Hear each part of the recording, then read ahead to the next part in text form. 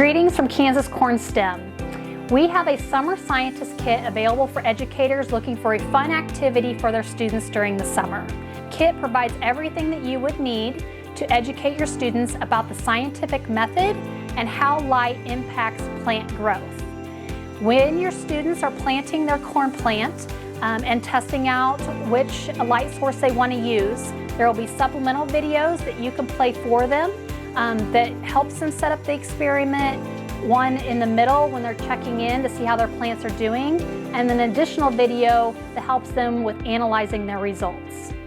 And your kit provides all the supplies you need, but there's also a teacher's guide that will help you in teaching the lessons and provide the content needed so that you feel comfortable teaching about the scientific method to your students. This lesson is written for second grade level students. However, you can adapt it to meet the educational needs of your students. It also requires some time for your corn plant to grow. So during that waiting time, when your students come back, you can use one of our 6 different additional activities that's found in our activity guide that goes with the We Grow Corn book that we're going to provide in your kit.